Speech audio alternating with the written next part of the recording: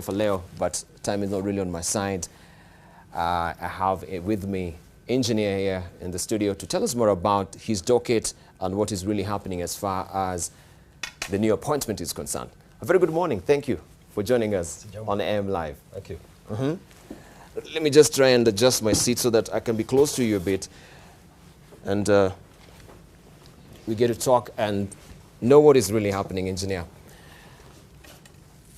Right, maybe I can start with the Daily Nation, because I've seen something here on the second page. It says, this is a quote from you. It says, sometimes titles were acquired in a fraudulent manner. We want to be extremely vigilant in guarding public assets. And that's you talking about the public assets, and we have that story on page 16 of today's Daily Nation. Let me just flip over there and we see what we're talking about. There's land that has been grabbed, and you're saying the Kenya Airports Authority, Their land, yeah. You've noted that the Kenya Airports Authority godown had been grabbed and fenced off by people who claim to have title deed for the property. Is that true? Well, actually, it's the Ministry of Roads. It's the Ministry of Roads. Wilson, where we have a godown and we have big stores. And on Friday, people came brandishing titles and fenced off the land. So I don't see how that could have ever happened. It's like somebody fencing off the Nation House. You are working there, you are using it, but they tell you they have a title. So that's the kind of thing that we are saying. That, it will not happen, we will not allow it to happen, and we'll be very vigilant. It is your money. But it is your money. Anything that belongs to government is your money, is a national asset. It belongs to all of us, and it cannot go to somebody, an individual. But it seems the land around the Kenya Airports Authority is really dogged with so much controversy, not just from the Wilson Airport, also if you go to the JKIA. What is really happening as far as land is concerned with these airports authorities? Well, these are historical issues, and the thing is just people to own up. In Nairobi, we've been very successful. There have been very many people who have come back and returned titles of land that they acquired. You know the story about Mororongo and how we built the dual carriageway. And basically it means that if we cannot be very vigilant, if we cannot be very tough in protecting government assets, infrastructure in this country is going to grind to a halt, because we cannot afford to pay the prices that are demanded for compensation. So what belongs to us, we are going to guard it very jealously, very, very jealously. What doesn't belong to us, we are going to acquire at market rates. So we cannot afford to let go what belongs to us. Right. So now you have some of the biggest projects, I should say, in the dockets right now. Yeah. And I'm wondering, you have the Lapset, you have also the Thika Highway now, it is well up and running. What is really up your collective sleeves as far as Lapset is concerned? Lapset, it's simple. We are going to build the 3 berths. The port will start operating. We can start with a transshipment port, where you actually don't need, for a start, infrastructure that goes out. You may not need the roads and the railways. So start that port. Working with our colleagues in energy, we could start a power generating station fueled by coal. We don't have to buy coal we don't have to bring it from Mua Basin for a start, because you basically need the railway to bring the coal from Mua Basin. The coal from South Africa passes by Mombasa and Lamu, goes to India and China and generates cheaper power than here. So why can't we do it that way for a start? Build the port, start transshipment, build a power station, and then build the infrastructure around the port, starting now with the roads and the railway. So it's a must. It's going to start. Right. Still at the coast, you know, yesterday on the Daily Nation, there was a second story there. Yeah. I don't know if it really caught your attention. People of Taita Taveta are really crying foul as far as the road is concerned there. I want you to react on that. If my director may just put that for you to see what they were really saying. I saw it. It was the headline of the Nation. It was the headline also. And we discussed it. There you have it. Worst road in Kenya has trade and tourism. Yes, I want to apologize to the people of Taita Taveta for a start, we are going to carry out emergency works on that road. But the good news is this, that we are just about to award that tender at a cost of about 7 billion Kenya shillings for the complete, is actually upgrading to bitumen standard from Taveta to, from Watate to Taveta. Part of it also, we are building a bypass at Taveta. So there is light at the end of the tunnel. But for the time being, we have to do something drastic about it. Right. It will be done within 2 weeks, within 1 week. Right. In that same article, I noted that they were saying in the 1980s, the market was also served by a railway line. Yes. Which has since been neglected, leading to a disuse. As a result of the slowdown in economic activities, the standards of living in the area also have declined. So what do you really have up your collective sleeves as far as also maybe upgrading that railway line is concerned? We don't have immediate plans for upgrading the railway, but what we'll do, the road is going to act as a catalyst for economic development. The border post which is coming there, the planned airport at Taveta, and the border post is big. It's big. It's the one-stop border post that is already going on. So all these things put together should spur development in that area. Yes. Also, maybe still on roads, I think there was someone here on Facebook. Let me just come here and read it for you. Emmanuel Esadia is saying that the road between KWS and Bomas of Kenya. Yes. Let me see if it can expand a bit. It's refusing. It's okay. You read. Bomas of, yes, there you have it. Let me just see if I can scroll up a bit. You've gone high-tech. Yeah, we've gone high-tech. The last time we were with you, we were in the virtual studio. Yeah. Well, where is it again? It's acting up on me this morning. I don't know. All right. Let me look here. But is the road... Yeah, yes, it's a road between KWS and the Ongata Rongai. Yes. It's taken forever. That's what Esadia is saying. I don't seem to find it. It's not taken forever. We had programmed to do that road for 2 years, basically because of trying to stretch the budget. We had to start that road. That was one of the roads that we said we must start at all costs. And we started, we planned it for 2.5 years because we wanted it to match our budgetary provision. Yes. But I'm happy to please, this year we reallocated a bit of money. We owe the contractor some money, but he's working. The contractor is properly resourced, and we are going to complete this road towards the end of this year. So patience is what we need, patience. Right. All right. Okay, let's move on, and we talk about two major roads rehabilitation contracts, namely the Kisumu-Kakamega and the Webuye-Kitale, which has commenced, I think. Yes, they have. Yes. Is it ahead of schedule or not? We had a problem with one of the sections because after award of the contractor changed names. You know, if it was Kamau Construction Company, then he called himself Kamau International, and that brought a problem when he brought the performance board.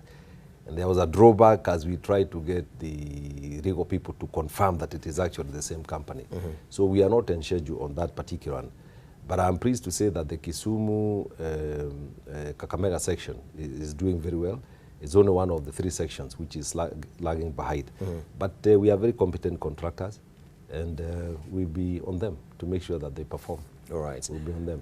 Also, the proposed restructuring of KCAA, is it on track right now? We are on schedule. We are on schedule. We held discussions with the chairman and the MD of KCAA. Basically, it's to make it, to remove some of the things that KAA is doing, which are basically regulatory. So between KAA and KCAA, we have to define their laws. Move what belongs, rightly belongs to KC, from KAA, and put it back to KCA. It's part of a very wide restructuring that started a long time ago to empower KCA to regulate, because they are actually a regulator, and also to get them their own space so that they are not housed by KAA. All are a manner that even if they are in the same building, they actually won't. They are not, the regulator is not housed by somebody he is regulating. So those are some of the issues that we have to deal with. All right. Also, there's the Webuye the condition, precedent to mobilization have recently been met by the client contractor. I don't know if also the client has changed his name again, or maybe it's being on course as far as that is concerned, and is expected to be up and running. It was expected to be up and running by April the 12th, 2013. Yes. That particular stretch? Yes. No, this is the company that had a problem. So, but we have finalized everything, and we expect that the road is going to start. All right. Okay, maybe you can tell me now that you've been appointed. It's like a new lease of life for you as a cabinet secretary right now. Do you feel that there's more pressure for you to really perform? Because, yeah, looking previously, we had a very seamless flowing performance as far as the Ministry of Roads was concerned. Now that we have transport and infrastructure, do you think maybe you're saddled with so much responsibility? No, it's much easier. It's much easier because if you remember that it's transport now. The transport sector is domiciled in one ministry. And therefore, I don't have to go to another minister to ask him what to do. You recall, like, the relationship between KPA and roads wasn't so good, because we were saying that all the goods that were overloading our roads were emanating from the port. Now all those things are under my docket. Now KPA complains that about the railways. Now the railways working together with KPA together. I'm responsible for railways. So when they don't take up the cargo, it's me. So I should make sure that as I empower railways as much as I empower roads, and we should all work together to be very efficient. The key thing here, and what I would really like to say, is we have to compare ourselves with other countries, our neighboring countries, and we should stop boasting, because in some areas we are lagging behind. If we don't take drastic action on our infrastructure, this country will just go down. The port, for example, the port of Mombasa, the Tanzanians are not asleep, they are working. Djibouti here, next. They are working. Ethiopia and Southern Sudan building railways. Tanzania building railways to connect with Tanzania, with Uganda, and eventually going to South Sudan. So there is no time for talking. We need to do serious business. Otherwise, we close our port. All the jobs that people try and the interest that they have, then they have to go to ask for people from Tanzania to give them. We got to get very serious about the way we manage our affairs. The railways is a must. The railways is a must. I was told that with very poor technology, with all the people who are being eaten at Savo by the animals, they managed to build a railway for 1,000 kilometers up to Kisumu. And here we are even struggling with a concession 7 years down the line. It can't happen, and it won't happen. So we got to build the railway. We got to modernize the port. We got to expand the JKIA if it's going to remain a hub, and if we are going to make sure that Kenya Airways remains competitive. Because there is no point you bringing people and then you are stopping about half a kilometer from the terminal building and people are walking in the rain or very far. We got to really modernize JKIA to make Kenya Airways remain competitive internationally and within Africa. Yeah. Right. Let me just draw your attention to the National Transport and Safety Authority. Yes. Of course, they had the launch, and they were not seeing eye to eye with some of the members of the matatu industry. Yeah. Yes, they were saying, of course, the composition of that authority is not representing the face of Kenya. Do you agree, or do you hold with that view? First of all, the Constitution says that everything has got to be representative. You know, there has to be participation. That is one asset. Yes. But what are the functions? Are they going to function? Yes. So I think people should be very keen first to make sure that it starts. We are talking about 3,000 lives of Kenyans dying. So that doesn't, 2 people or 3 people working together can stop people dying if we give them space. So we should give them space first. Let us establish the authority. Let us get it running. Let us get a substantive director, MD, for the organization. we recruit, we get somebody to start working, we have a startup, and then we can address the other issues, because they are not saying that the people who are there are not able to think, are not able to work. So those are some of the things that I have to grapple with. But first, let's take off. Let's take off. Let's take off. Right. Then I need to ask you also, how are you planning to maybe bring sanity in the matatu industry? Of course, we know it's a vital key, and President Uhuru Kenyatta said transport industry is one of the areas that it is key to them, according to their manifesto. Yes. It is quite a very delicate balancing act, you know, trying to restore order and trying also to keep them at an even keel. How are you planning to go about that? First, I'm going to appeal to all Kenyans, for people to really think, and I've told you that we should stop seeing Kenya as very big. Yesterday, I was looking at the map of the world, and I was looking at a country like Brazil, yes, and seeing how expansive it is, bigger than even Australia. Kenya is a very small country. If you look at it on the world map, yes, we can be like Somali. You can be closed. Life goes on around your neighbors, but just by bringing chaos and mayhem. Yes. So we all have a collective responsibility of saying that, first of all, we must eliminate chaos, we must eliminate mayhem, we must stop people from dying on our roads. If those are the guiding principles, then everything else should fall in place. And working with people of goodwill, because it is not everybody who has goodwill. That is why we have government, that is why we have police, who don't carry chocolate, they carry guns with bullets to shoot people. So I said, one of the things is, even in this appointment, it is not to go and be buddy-buddy with everybody. It is to enforce the law. But I also said, one of the things and the hallmark of this government will be to make it possible for people to obey the law. Be facilitative. Don't just stand there at the head to arrest people because they have broken the law. Help people to understand the law. Help people to obey the law. And the benefits are immense. The benefits of obeying with the law. Laws, of course, that are not meant to stifle business, because you can have a law that everybody who crosses the red light is shot. You know, so it's not just obeying the law because it's there, but it's also having laws that help people to flourish. That's what we want to do. And I appeal to all the matatu owners that we must work together. This is a very new dispensation, and we can change this country forever. We are ready to do such things. We have a new constitution that allows dialogue, and I would appeal to all of them. And we have to think very hard. A regulated transport industry. It's just like the railway, where we are saying we build a railway line. Yes. And if you have your money, come and build another one. So that the people who own the tracks actually start owning trains. Who says that they can only own trucks, a few trucks, combine, buy a XYZ railway company. We lease the space to you. You use it. The same way we use the airport. The airport is just a piece of infrastructure. Emirates, Abu Dhabi, Kenya Airways, Fly 540, all of them use it. So if we had other airports, even apart from Nairobi, a private airport, if we were to license, other people, other airlines would use it.